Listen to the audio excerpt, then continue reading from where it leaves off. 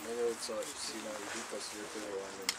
Oče náš, ktorý si na nebesiach, posväť sa meno Tvoje, príď kráľovstvo Tvoje, buď vôľa Tvoja, ako v nebi, tak i na zemi.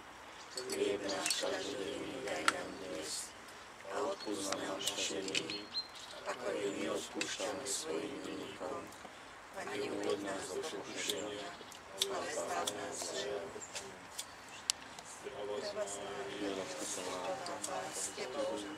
Požehnaná medzi ženami a požehnaný je plod života Tvojho, Ježiš.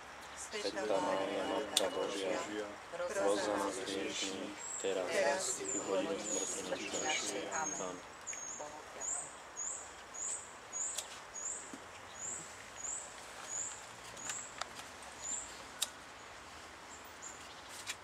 Slováci, ešte naša slovenská reč žije, dokiaľ naše srdce za náš národ bije.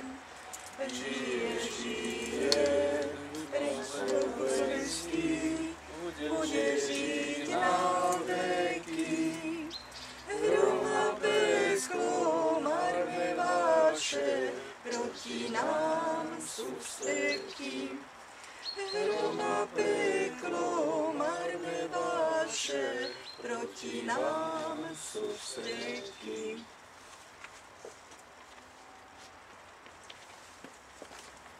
Na stráž. Stráž. Stretli sme sa tu dnes na Martinskom cintoríne pri príležitosti 127. výročia narodenia katolíckeho kňaza, nášho prvého skutočne jediného prezidenta Jozefa Tiso. Jozef Tiso sa narodil 13. októbra 1887 vo Veľkej Byči. Jeho otec Gašpar Tiso bol roľníkom, matka sa volala Terézia, rodená Budičková. Ľudovú školu vychodil v miestnej trojrečovej slovensko-maďarsko-nemeckej rímskokatolíckej škole. Býval najlepším žiakom v triede. Po skončení 6. triedy odišiel na stredoškolské štúdia do Žiliny s úmyslom študovať za kňaza. Ako Jozef Tiso o sebe uviedol, pýstal som sa za kňaza a nie za politika. Sem smerovalo moje štúdium a moja sebavýchova. Ako kňaz som chcel slúžiť Bohu, cirkvi a národu, z ktorého som sa zrodil a medzi ktorý mám uplatňovať svoje kňažské povolanie. Zásady za Boha, za národ, s ľudom pre ľud, neboli teda len heslom neskôršie nadobudnutým, odpočúvaným, osvojeným, ale vždy a všade platným pravidlom. Len takto sa mohlo prísť i k tomuto najvyššiemu cieľu. Sláva Božia a potom blaho ľudu. Neskôršie prešiel do Nitrianskeho seminára. Tam na piaristickom gymnáziu skončil tiež s výborným prospechom. Na Slovensku bolo zvykom, že biskupy posielali nadaných študentov do viedenského seminára Pazvaneum. Študovali tam viacerí národne uvedomili kňazi. V lete roku 1910 bolo v Viedni vysvetený za kňaza. Prijímatie mal vo svojom rodisku za účasti veriacich z celého okolia. Po promóciách sa vrátil do Viedne, kde bol po roku promovaný za doktora teológie. Biskup poslal mladého kaplána do chudobnej dedinky Ušťadnice. To bola moja druhá univerzita, povedal Tiso neskôršie. S dekanom Krautnerom kaplán Tiso založil svojpomocný hospodársky spolok, ktorý dvíhal životnú úroveň i sebavedomie dedinčanov. Keď sa po roku Tiso dostal do Rajca, zbieral životné skúsenosti, zoznamoval sa s potrebami rajevského okolia a založil tam filiálku Slovenskej banky a remeselnícky krúžok. V ňom mal mládež učil slovenský pravopis, lebo v škole ich učili len maďarsky. Po 2 rokoch bol preložený do Bánoviec nad Bybravou. V nich pôsobil dlhé roky, tak si vyslúžili pomenovanie Ticové mesto. Ešte ako prezident Slovenskej republiky dochádzal na svoju faru každú nedeľu. Po odslúžení svätej omše si našiel čas porozprávať sa s jednoduchými dedinčanmi, ktorí za ním prichádzali s rôznymi problémami. Počas prvej svetovej vojny sa Tiso stal vojenským kaplánom Trenčianskeho pluku. Po roku dostal zápal obličiek a odišiel domov na liečenie. Biskup ho potom poslal do Nitry za špirituála bohoslovcov, okrem toho vyučoval aj na gymnáziu a bol aj súkromným tajomníkom biskupa Karola Kmeďka. Jozef Tiso spolu s Eugenom Filkornom založili časopis Nitra s bohatou slovenskou tradíciou. V druhom čísle tohto časopisu napísal: prestaňme sa hanbiť za to, že sme sa ako Slováci narodili. Prestaňme byť občanmi druhej triedy iba preto, že nám matka slovenskú pieseň spievala pri našej kolíske.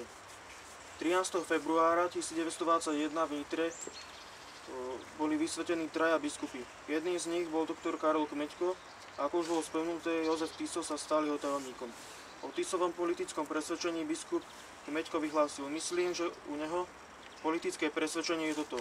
Som v prvom rade Slovákom a budem hájiť Slovákov voči druhému, ale natoľko budem s nimi spojený, nakoľko to bude osožiť národu slovenskému.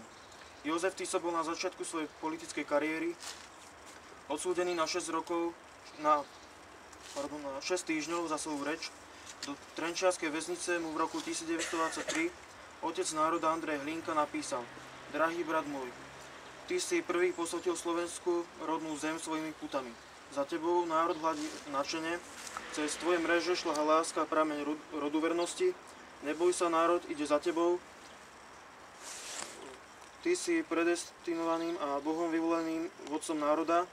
Ty budeš Jozue, ty vyvedieš a vovedieš národ tvoj do krajiny slobody.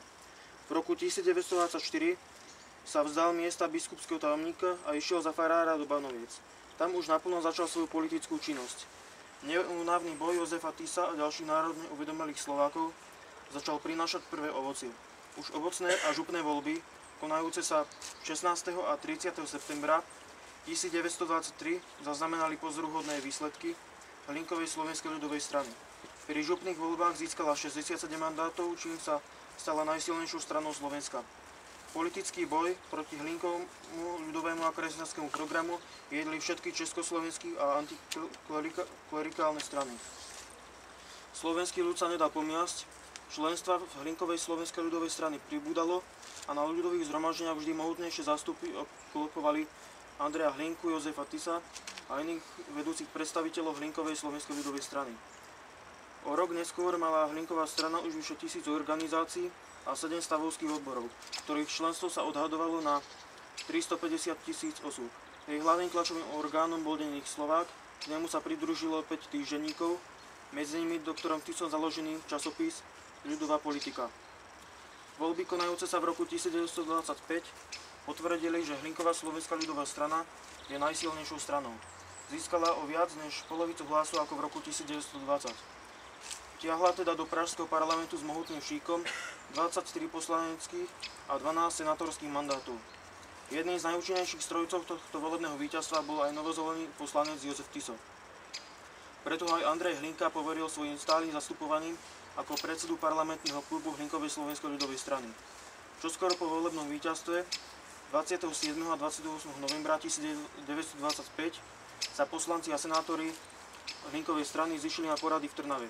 Na týchto poradách podľa konceptu Jozefa Tisa vyhlásili politické stanovisko na požiadavky svojej strany pod názvom Trnavský manifest. Politický program Hlinkovej slovenskej ľudovej strany sa členil na dve zložky základných požiadaviek. Prvú zložku tvorili štátoprávne požiadavky slovenského národa, ktorý sa cítil zaznavený českým centralizmom vo svojej etnickej osobitosti. Hlinková strana mu predložila program autonómie v rámci spoločného štátu s Čechmi, ale na zásade rovný z rovným, v uskutočnení ktorej videla tak usporiadanie túžob Slovákov. Tieto požiadavky formulovali Jozef Tiso ako neodrieknuteľné nároky vyplývajúce z prírodzeného práva etnickej osobnosti slovenského národa, zakotvené v jeho dejinách od najstarších čias sama Príbinu Rastislava Svätopluka. Heslo Slovensko-Slovákom sa prihováralo národne masám slovenského ľudu. Pražská vláda cielila systematicky od priemyselnenie Slovenska. Masarykovsky orientovaní vládcovia v Prahe kolonizovali Slovensko 10 000 českých učiteľov, úradníkov a aj zriadencov, ktorí mali prispieť k utvoreniu tzv. Československého národa. Hlinková strana bola vtedy jedinou politickou silou, ktorej program zahŕňal uspokojenie národných a sociálnych potrieb najširších vrstiev slovenského ľudu. 15. januára na základe vyjednávaní vstúpila Hlinková slovenská ľudová strana do vlády. Vtedy sa Jozef Tiso stal ministrom zdravotníctva a telesnej výchovy. To, že sa stal ministrom v 14. mesiaci po svojom prvom zvolení za člena parlamentu, bol presvedčivý dôkaz nielen o osobnom hodnotení politických a mravných kvalít Jozefa Tisa, nielen zo strany Andreja Hlinku, ale aj najširších vrstvách členstva a voličstva Hlinkovej strany. Jozef Tiso sa nepokladal za odborníka na zdravotníctvo, tak mu pomáhali odborníci, ktorých si vybral za spolupracovníkov. Keďže cieľom slovenských ľudových poslancov bolo odčiniť krivdy, ktoré centralistické vlády napáchali, tak aj Jozef Tiso v tomto zmysle zasiahol do organizácie verejného zdravotníctva. V krátkom čase sa mu podarilo modernizovať zanedbané kúpele Sliač. Zrekonštruované boli aj ďalšie slovenské kúpele. Konštantín Čulen napísal: možno povedať, že Tiso za rok urobil na tomto poli viac, než sa urobilo za 10 rokov predtým. Na návrh Andreja Hlinku bol Jozef Tiso podstený funkciou podpredsedu Hlinkovej slovenskej ľudovej strany. Hlinková slovenská ľudová strana mala vo svojich radoch celý rad vynikajúcich jednotlivcov na poli organizačnom, hospodárskom, žurnalistickom i parlamentnom. Jozef Tiso sa podujal na vytvorení všeobecne platných zásad, ktoré by prívržencom poskytovali teoretické odôvodnenie svojich snažení. Už počas štúdií na univerzite vo Viedni venoval veľkú pozornosť kresťanské náuke a spoločnosti pod vedením učiteľov, akými boli Franz Schindler a Ignác Seipel. Jozef Tiso aj podľa svojich štúdií dejinného vývoja dospel k svojej náuke o spoločnosti. Andrej Hlinka umrel 16. augusta 1938. Lúčia sa s Jozefom Tisom, mu povedal: ja odchádzam, vy zostanete, prežijete veľké veci, nech vás Pán Boh opatruje, pomáha vám, aby ste medzi týmito veľkými vecami obstáli, ako som vás videl doteraz obstáť. Po funkcii podpredsedu strany sa vtedy Jozef Tiso stal hlavou najväčšej politickej reprezentácie Slovákov a ich autonomistického hnutia. V tejto zodpovednosti neprestával hľadať cesty do rozumenia sa s Čechmi, ale Beneš naďalej nechcel ustúpiť zo svojho československého centralistického stanoviska. Vrátiac sa z Prahy po rozhovore s Benešom začiatkom septembra 1938 sa Tiso trpko zôveril slovenskému novinárovi. V Prahe stratili rozum, s nimi sa nedá hovoriť. Po Mníchovskej dohode sa umelo zrútila Masaryková Benešova centralistická štátna konštrukcia a Beneš ako potkan utiekol do Londýna. Jozef Tiso ostal na svojom mieste a podnikol všetky kroky na záchranu Slovenska. V deň Benešovej amnestie zvolal Jozef Tiso výkonný výbor Hlinkovej strany, aby v Žiline zaujali stanovisko k novej politickej situácii. Tieto udalosti, teda 76. výročie autonómie Slovenska, sme si len prednedávnom pripomínali. Hoci do Žiliny strany nikto nevolal, dobrovoľne sa pridali k Hlinkovej strane. Strana vydala 6. októbra 1938 v Žiline manifest, že Slováci ako samovitný národ uplatňujú svoje samourčovacie právo a žiadajú garanciu na zachovanie celistvosti svojho národa a aby mohli spravovať svoj budúci život. Toto prijali aj všetky ostatné strany a Jozef Tiso sa stal ministrom pre správu Slovenska. Viedenská arbitráž sa udiala 2. novembra 1938, príčinou ktorej Slovensko prišlo v čas svojho južného územia. Pre ministerského predsedu Jozefa Tisa to bolo veľmi tvrdý úder, ani nie mesiac potom, ako prevzal vládnu moc a zodpovednosť za Slovensko. Čas týchto udalostí nezanedbával rekonštrukciu verejnej správy podľa hesla Slovensko Slovákom a usiloval sa zjednotiť slovenský národ. A keď Praha autonómiu uznala, tak ju neustále okliešťovala. 18. decembra sa konali voľby do zákonodárneho snemu pod jednou kandidačnou listinou a súhlasnou vyslovilo 97% slovenských voličov. Kým sa Jozef Tiso usiloval zabezpečiť rozvoj autonómneho Slovenska, skupina pražských ministrov pripravila násilný prevrat na Slovensku s cieľom likvidácie autonómie. Tento prevrat je známy pod názvom Homolov puč, ktorý sa udial 9. marca. V dianí týchto udalostí sa Jozef Tiso, odvolaný z funkcie predsedu autonómnej vlády, utiahol na svoju faru do Bánoviec. Jozef Tiso nereagoval na pozvanie dvoch poslov od Adolfa Hitlera, vybavil ich s tým, že je noc a o vážnych veciach bude hovoriť zajtra. Až keď sa uistil, že situácia je vážna, vybral sa do Bratislavy, aby o tom upovedomil vládu a počkal na schválenie snemu strany. 13. marca 1939 teda odišiel cez Viedeň do Berlína, kde bol slávnostne prijatý. Hitler ho upovedomil, že chce zlikvidovať československý štát, pričom Maďarsko chce obsadiť Slovensko. Jedinou možnosťou bolo teda vyhlásiť samostatnosť Slovenska. Jozef Tiso zotrval na svojom stanovisku, že takéto rozhodnutie je iba v kompetencii slovenského snemu. Tak prezident Hácha zvolal zasadnutie slovenského snemu na 14. marca. O 12. hodine a 7 minúte 57 prítomných poslancov povstaním prejavilo svoju vôľu žiť v samostatnom slovenskom štáte. Toto rozhodnutie spečatili hneď Slováci. V Vtedajšiu Slovenskú republiku uznalo viac ako 30 štátov. Na 26. oktobra 1939 bol Jozef Tiso zvolený za prezidenta Slovenského štátu. Slovenský štát bol správaný podľa princípov národných, kresťanských a sociálnych. Za krátky čas sa podaril odstrániť nezamestnanosť. Slovenská koruna bola silnou menou, ktorá si svojou cenou dovolila konkurovať ríšskej marke. Tu sa mi nedá pristaviť nad dnešnou situáciou na porovnanie. Nie je to až tak dávno, keď sme v roku 2009 prišli o jeden zo znakov suverenity o slovenskú korunu. Euro nám moc toho neprinieslo, v podstate nič dobré, iba väčšie zdražovanie. A všetky zapredané po novembrovej vlády sa prebiehajú, ktorá si čo najviac ukradne, tým svojim jednáním rozkradli všetky prosperujúce podniky. Po novembrovým zradcom je úplne ukradnuté, čo by chcel obyčajný slovenský človek. Je smerodajné iba to, čo im prikážu sionisti z Bruselu a USA. Títo zradcovia, ktorým sú slovenské záujmy cudzie, nemajú žiadne právo špiniť meno Jozefa Tisa. Ďakujem, tak teraz Marián Aroniak zo Zboru TV.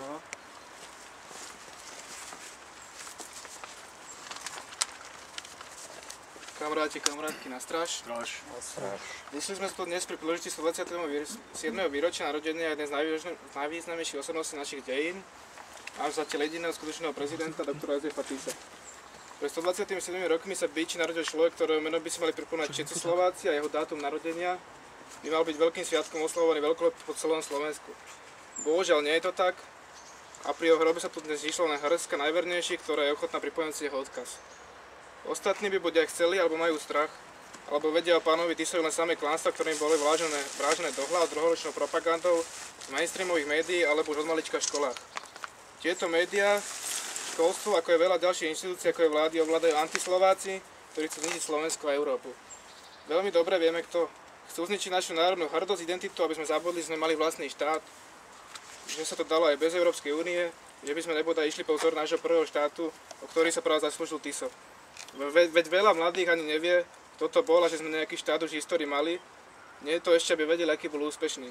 A práve to, aký bol úspešný, je, že my Slováci na to máme. Vám chcem teraz povedať, čerpal som z článku českého spisovateľa Antona Kožíška, ktorý bol po vojne popravený a v roku 1944 napísal Slovensku, v ktorom pobýval istý čas toto. Je to v češtine, budem sa to snažiť prekladať do slovenčiny. Je treba povedať, že za 5 rokov trvania samostatného štátu dokázalo Slovensko svoje právo na vlastný a slobodný štát, ktorý je dnes hospodársky napríklad takisto významný ako predválečné Švajčiarsko. Vo styku s ríšou, včetne protektorátu, sa javí zahraničný obchod Slovenska, dovol 76,9% a vo vývod 72,2%. V roku 1940, neskôršie číslo sa mi nepodarilo opatriť, ale zahraničná obchodná bilancia Slovenska bola aktívna 302 miliónov slovenských korún. V roku 1941 bolo vyvozené zo Slovenska 26 000 kusov hovädzieho dobytka, 4982 koní, 7832 teliat a 16 000 ovcí. Tento vývoz sa stále zvyšuje. Ročne sa vyrobí na Slovensku asi 150 000 tón celulózy a celé 3/4 sa vyvážajú a vyvie sa ročne 11 000 vagónov, vyvážajú sa magnetizové výrobky, mramor, chemické výrobky a mnoho iného. Na Slovensku nie je vôbec nezamestnanosť. Naopak, dnes pociťuje sa nedostatok dobrých robotníkov. Na Slovensku sa stavajú nové dráhy, diaľnice, úradné budovy, zriaďujú sa nové továrne, zvyšuje sa rozmer osevnej pôdy, regulujú sa vodné toky, stavajú sa nové lode pre dunajskú plavbu. Nezabúdajme aj na slovenské liečebné pramene a na klimatické lázne, ktoré má Slovensku pre svojom priestore iba 38 000 km², 54 a 57 turistických stredísk. Nádherné krásy so 794 hotelmi, 227 penziónmi a 150 turistickými hotelmi, mimo 31 000 súkromných bytov. V dobe konjunktúry sa zaznamenal cestovný ruch obrat 300 miliónov slovenských korún a ešte v roku 1940, teda už za vojny, bolo v slovenskej bilancii v cestovnom ruchu zaznamenalo 50 miliónov slovenských korún. Slovensko robí múdru hospodárskú politiku, priemyslu obchodu sa darí dobre.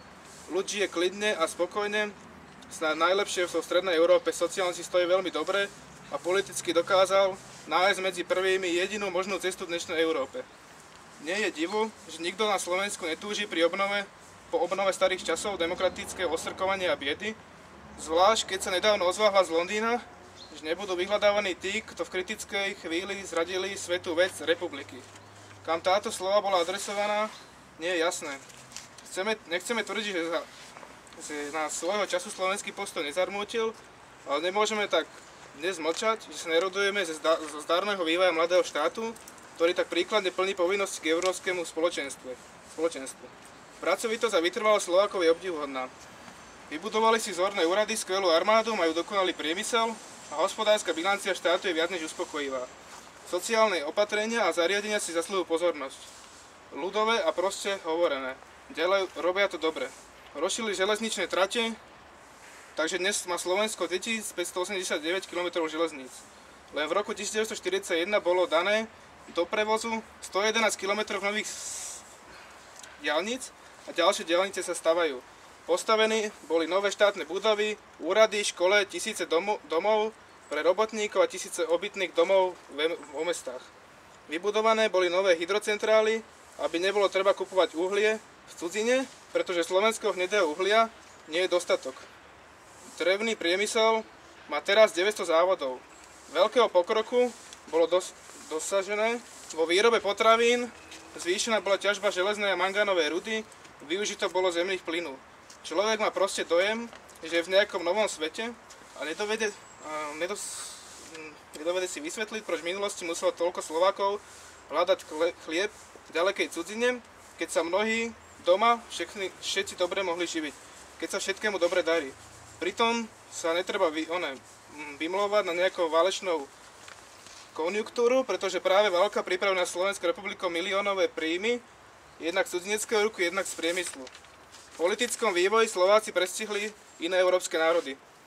Dokázali v zmätku rušných dní na jeseň 1938 rozoznať, ktorým smerom sa dať, a zotrvali na tejto línii vo všetkých politických a národných projevoch bez jedinej odchýlky. Ríše má ve Slovákoch verné spojence. Nacionálne socialistická Európa pak partnera s ním môže hospodársky kultúrne počítať. Pri hodnocení Slovenskej republiky nemôžeme ovšem zapomenúť na Andreja Hlinku, bojovníka za slovenskú samostatnosť.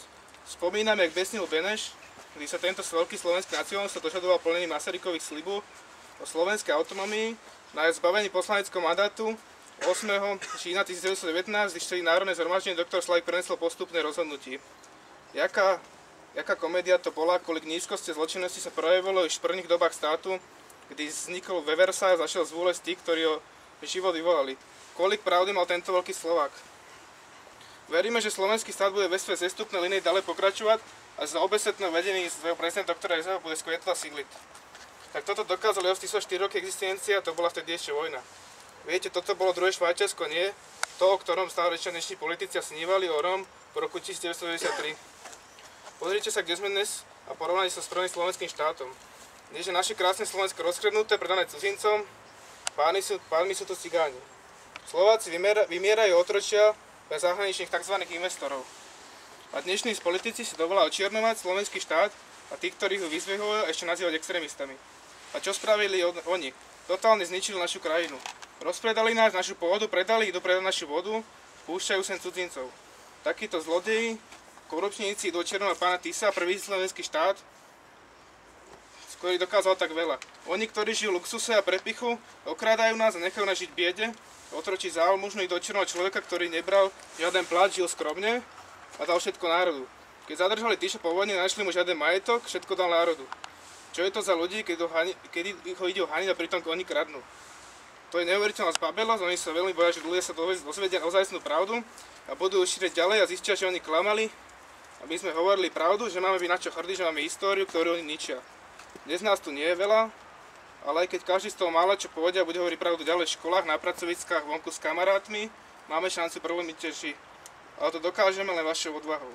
Odvahou, ktorú mal sebe Jozef Tiso, Andrej Hlinka, Ľudovít Štúr a ďalší slovenskí hrdinovia. Kamaráti, nesmiete sa báť, aj tak si najlepšie usiť si pamiatku nášho prezidenta, ktorý zomrel aj za nás, že nájdete v sebe odvahu, je to len vo vašej mysli. My sme nádej slovenského národa. V tomto skazenom svete plného korupciu, úpadku, klanstiev sme práve my nacionalisti nádejou a asi poslednou záchranou nášho národa a európskych národov. Nech žije odkaz Jozefa Tisa, ktorý zomrel aj za nás a našu budúcnosť. Na stráž.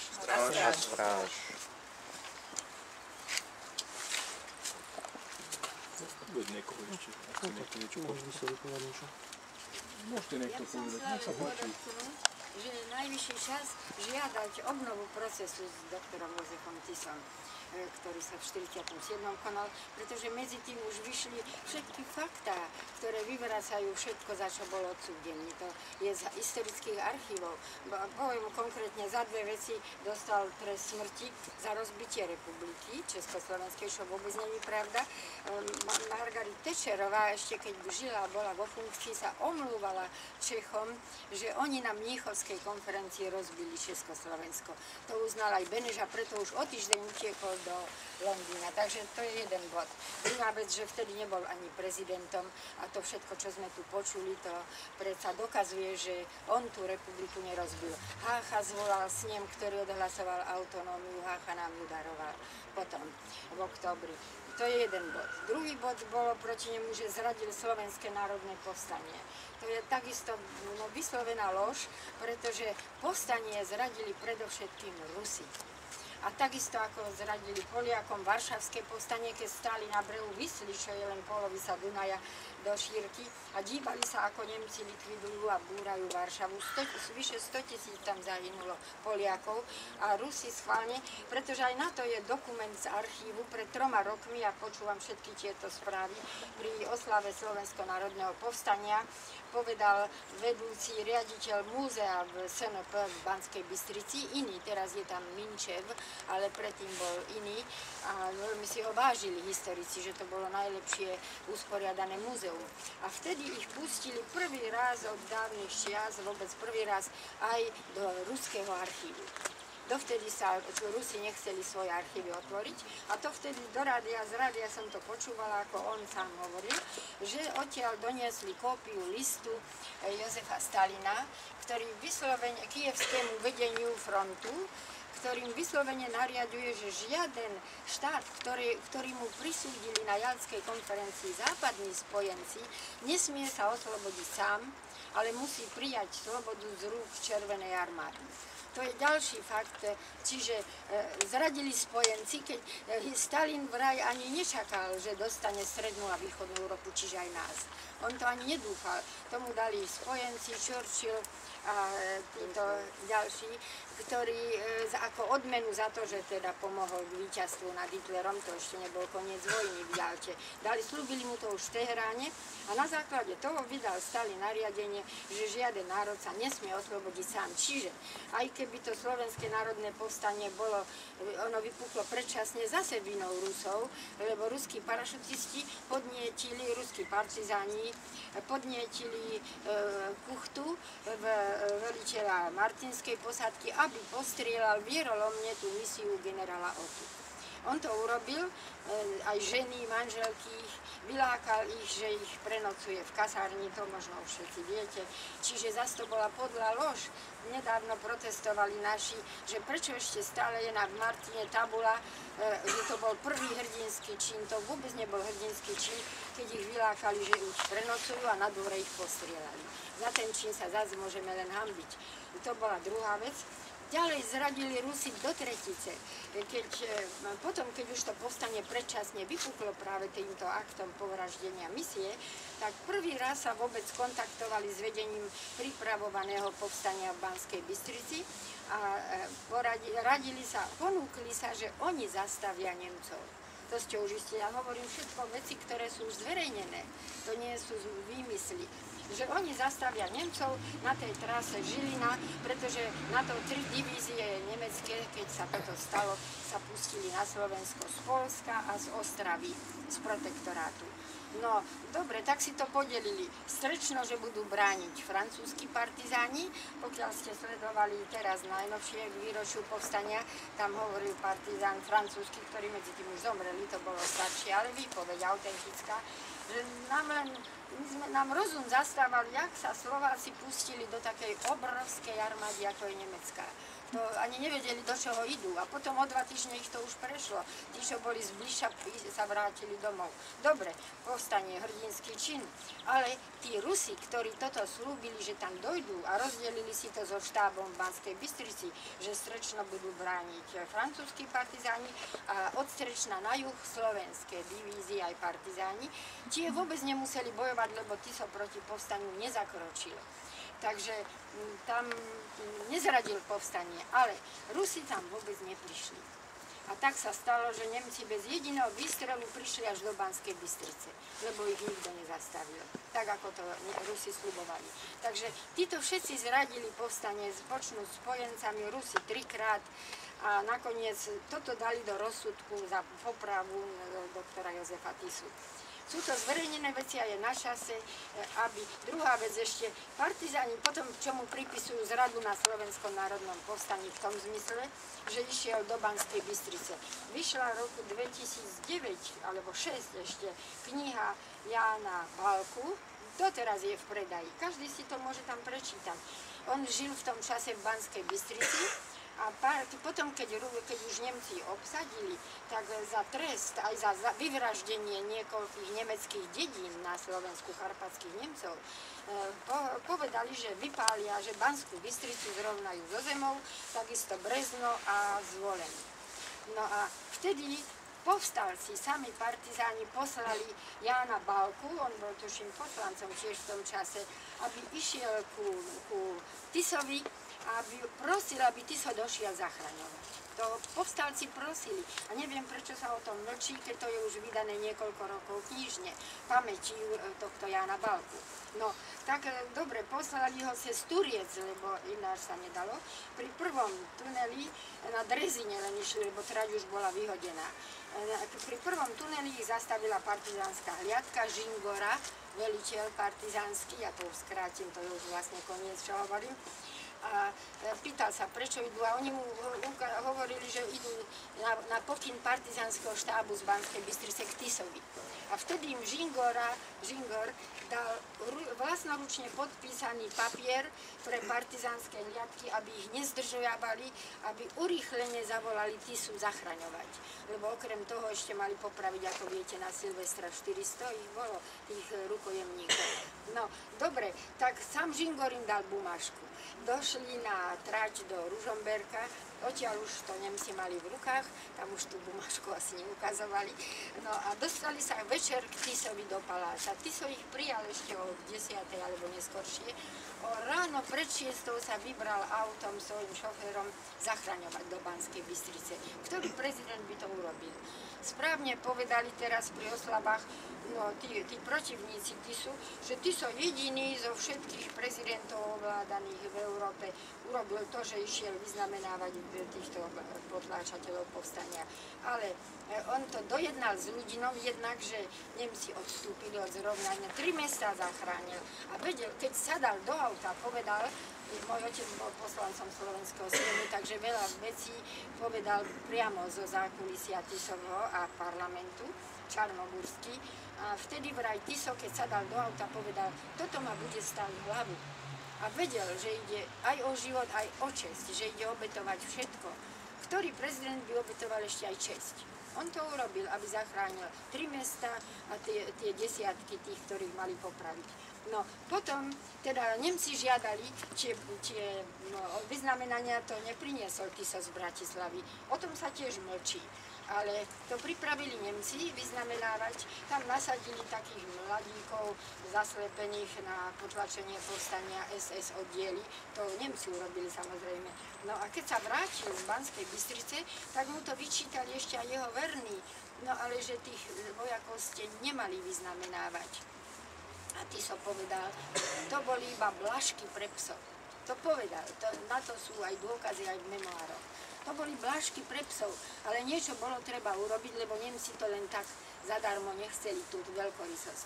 Tam bola dohoda, že tých popravia ich vtedy, keď sa nenajdú tí, ktorí postrieľali Nemcov. V tých dedinách vraždili karpatských nevinných, ženy, deti. No a generál Ludin to bol, ktorý velil Höfle. velil povstaniu, tak Tiso s ním dojednal, keďže ho poznal z diplomatických stykov už predtým. Nikto iný než Tiso by to nebol dokázal zachrániť.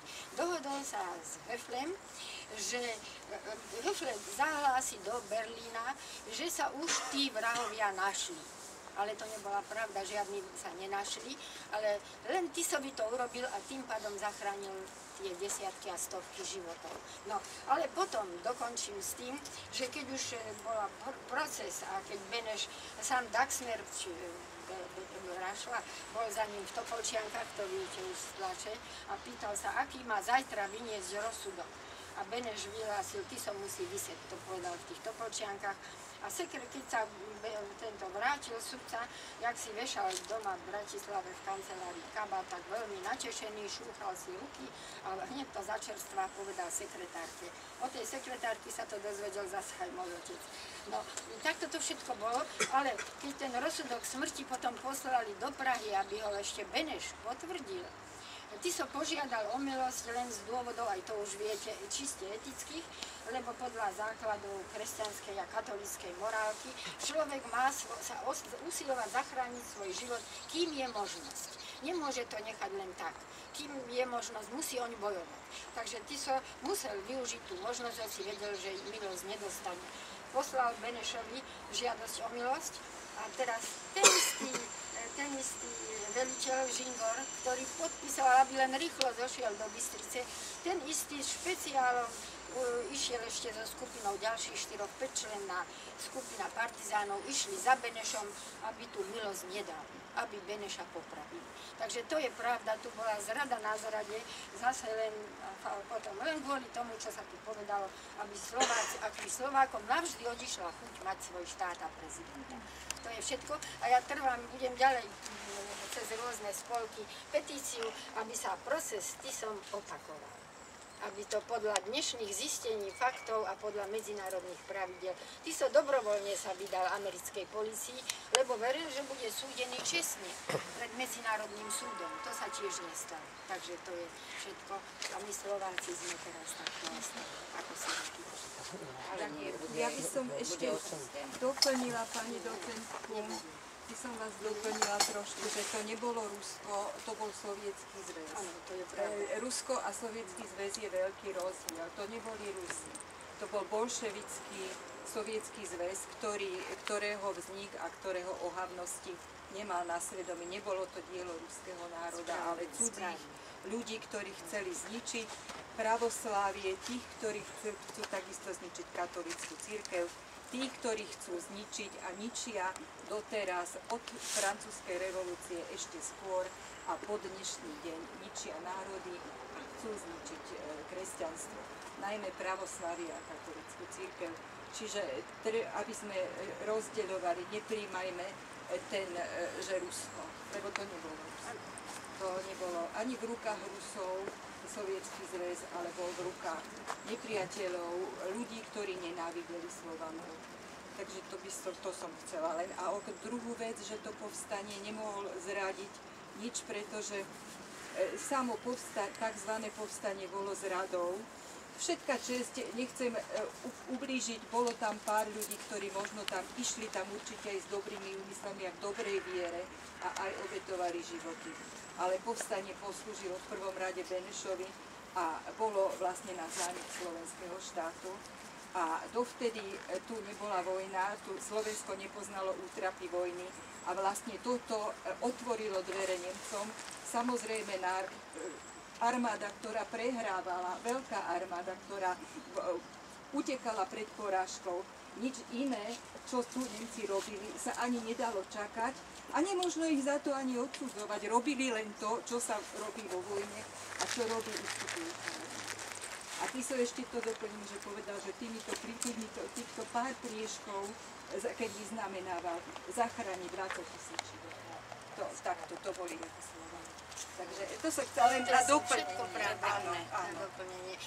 Tá obnova procesu, keby sa konala podľa faktov, tak musí sa pravda na svetlo ukázať. Dnešnej, aj tam nielen v našej medzinárodných dohľadom. Áno, v dnešných medzinárodných vieme, ako to je, ale ja si myslím, že máte pravdu, že každý, kto môže svojím, kde môže, ako môže, má príležitosť. Ja by som ešte chcela, prepáčte, nechcem dlho hovoriť vás všetkých, že jednoducho blížia sa voľby o 2 roky, myslím, parlamentné a pokiaľ naše strany s národným programom, ktoré sa hlásia k národu, nepôjdu pod jednou ako jedna strana, tak sa môžeme rovno pochovať a nie je hodná ani jedna strana, ktorá nepôjde spolu s ostatnými, nie je hodná, aby ju ktokoľvek zo Slovakov išiel a položil za ňu svoj hlas. To je môj názor. Pokiaľ, pretože samotní všetky tie straničky a ministraničky, ktoré máme, nemajú absolútne žiadnu šancu. Tak aj toto vás apelujem. Každý na svoju, máme svojich známych, máme kontakty alebo vzťahy s niektorými hnutiami, stranami, že treba tak aspoň porozmýšľať. Predsedovia, podpredsedovia, ktorí sú, pracovať na tom, lebo už zajtra bude neskôr. Lebo v jednote je sila. Lebo ináč nemáme šancu. Ja som to rátala, keď boli tie voľby do Europarlamentu a keď som spočítala všetky strany, tie naše mini-straničky na hanbu, tak mali spolu vyše 10%. A to bolo málo ľudí a keby boli išli svorne spolu ako jedni, tak by to bolo určite viac.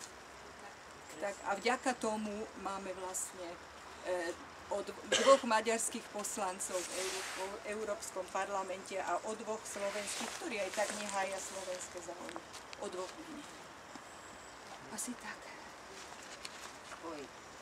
Ešte chceli tu povedať niečo. Ďakujem. Povedal by som si na chvíľu slovu. Chcel by som vás pozrieť všetkých Kristu kráľu na stráž. Začal by som asi tak, že zišli sme sa tu v oslave narodenia nášho prvého prezidenta slovenského, doktora Jozefa Tisu, a zároveň aj k 75. výročiu jeho zvolenia za prezidenta.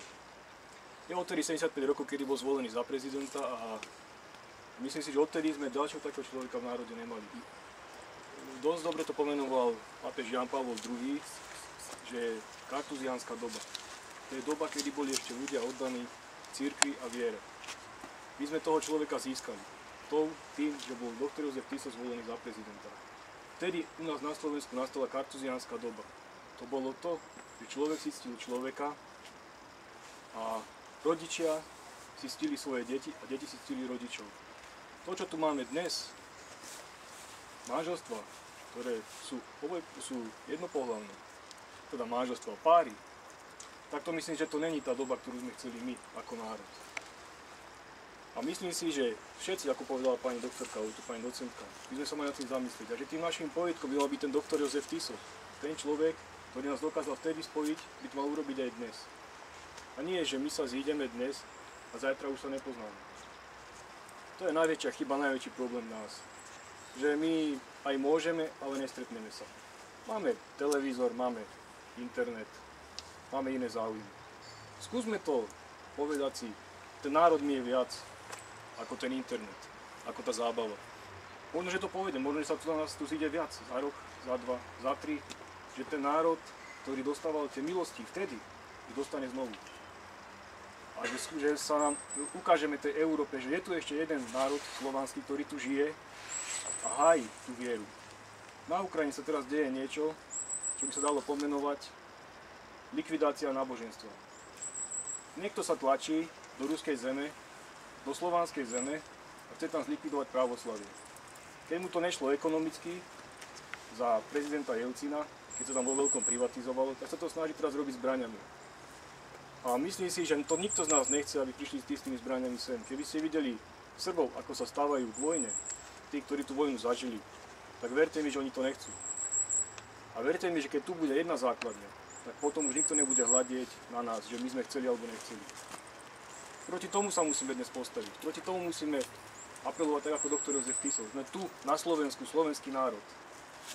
A preto vás prosím, zapamätajte si to. Sme tu na Slovensku, slovenský národ. A nie, že nám niekto nározpráva. Musíme prijať nejakých Pakistáncov sem, musíme sem prijať nejakých Černochov, my nemusíme. My sme tu doma, my ich tu nechceme.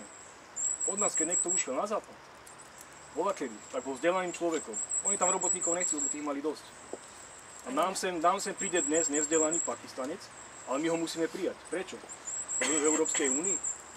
Ani našich cigánov si neberú, posielajú ich na Áno. svet. My im ich tých Pakistancov môžeme dať, máme ich. Áno. No. Takže apeloval by som na vás pri tej dnešnej príležitosti tej 85. výročia voľby z prvého slovenského prezidenta. Skúsme sa spojiť, ako tu bolo povedané. A budeme organizovať ďalšie akcie. A keď dostanete odkaz, skúste prísť na tú akciu. Skúste zavolať niekoho a možno, že keď nás bude viac, že ten hlas ľudia uvidia a povedia si, je tam nejaká sila, musí tu byť nejaká odozva. Preto by som vás chcel poprosiť ešte raz, keby ste mohli na budúce, zavolajte niekoho ešte so sebou, či by neprišiel sa pozrieť medzi nás. Ďakujem vám. Ale apelujme najmä už existujúce politické strany, aby sa zjednotili. Žiaľ, sú zaregistrované, žiaľ, figurujú a keď pôjdu znova do volieb, tak pár ľudí popletú. Nie, že popletú, ale tie zahodené hlasy, ktoré sú, to je škoda. Jozef doktor Tiso, som čítal, povedal, že minulosť je ako kompas. Že musíme sa do neho pozrieť a vydať sa správnym smerom, ale dôležité je vykročiť. Možno, že dnes je dôležité to vykročenie, že vykročme spolu dopredu a možno, že tým ľuďom, ktorí sme doteraz dôverovali, že neboli tí správni. Možno, že tá dnešná mládež, to sú tí mladí ľudia, možno, že medzi nimi sú tí, ktorí nás povedú ďalej, že v nich sa zobudí to práve.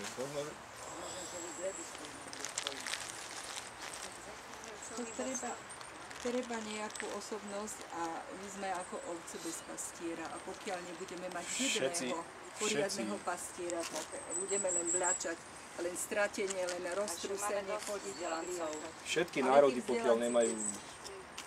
Študovali tá jedna celá generácia, aj môj manžel vrátane, a vrátili sa od kresťančenia, od národov. Áno, áno. Dobre, môžeš to ešte, niekto sa niečo povedať ešte. No tak, keby ešte chcel niekto povedať pár Chce niekto slov. ešte niečo povedať, pár slov na záver? Alebo chcú položiť slavnostne ten veniec? Že ho máme radi a sme šťastní, že sme mali najlepšieho prezidenta.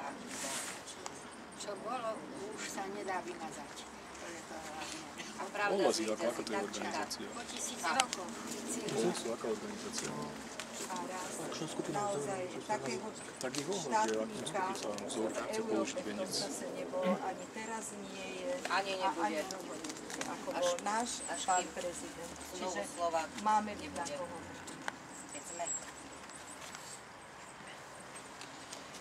Teraz to bude spievať. Spívame na záver. No hymnu. Dobre, tak sa pomodlíme na záver ešte. My sme sa pomodlili. Otca i Syna i Ducha Svätého. Amen. Oče náš, ktorý si na nebesiach, posväť sa meno Tvoje, príď kráľovstvo Tvoje, buď vôľa Tvoja, ako v nebi, tak i na zemi.